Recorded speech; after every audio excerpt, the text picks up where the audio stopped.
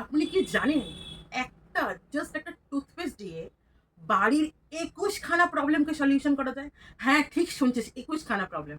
একটাই দেখুন, ডেন্টাসাইন প্লাস ২১ খানা প্রবলেম সলভ করবে। এর মধ্যে কোনো কেমিক্যাল নেই, কোনো ফ্লুরাইড নেই, এসএলএস নেই, কিছু নেই। দেখেন একটু জুম করে দেখাও একটুখানি। ঠিক আছে? এবং এটার কাজ দেখুন। ১ম কথা একটা জিনিস মাথায় রাখবেন, মাড়ি থেকে যাদের রক্তপাত হয় তাদের কিন্তু কম হবে। মুখে যাদের ঘায়ে হয় সেটা কম লাগবে, দিতে পারবেন। দাঁতের ব্যথার জন্য প্রয়োগ করবে।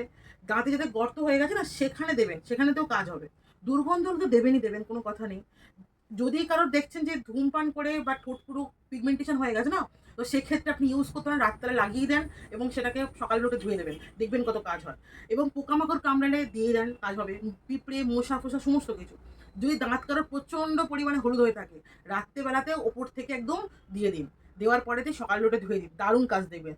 আচ্ছা, পোড়া বা কাটা দাগের জন্য ক্ষেত্রে খুব ভালো কাজ হবে। গোড়ালিতে যাদের ফেটে যায়, গোড়ালি ফাটে, খুব প্রবলেম, তারা কাজ হবে। যাদের সর্দি কাশি হয়েছে, গলায় কাশি হচ্ছে, তাদের ওপর থেকে জাস্ট মাজনটাকে নেবেন এবং ওটা লাগিয়ে দেবেন, খুব ভালো লাগবে। আচ্ছা, জ্বর সর্দি কাশি হলেও ২ ফোঁটা জাস্ট মাজনটা নেবেন, জলের মধ্যে গুলবেন, গরম জলেতে খাইয়ে দিন, দেখুন কেমন রেজাল্ট আসে। এবং তার সঙ্গে পেটে গ্যাস প্রচণ্ড পরিমাণে হচ্ছে, কিছু খেয়ে কিছু হচ্ছে না, তখন আপনি এই পেস্টটা দিয়ে, জাস্ট এই পেস্টটা দিয়ে কী করলেন, আপনি ২ ফোঁটা দিয়ে দিলেন, তার সঙ্গে গরম জল করলেন, খাইয়ে দিলেন, দেখুন কী হয়। এবং কোনো দাগ ছোপ জায়গাতে লাগিয়ে দেখুন, খুব ভালো রেজাল্ট আসবে। চলুন দেখে নিন তাহলে। Thank you.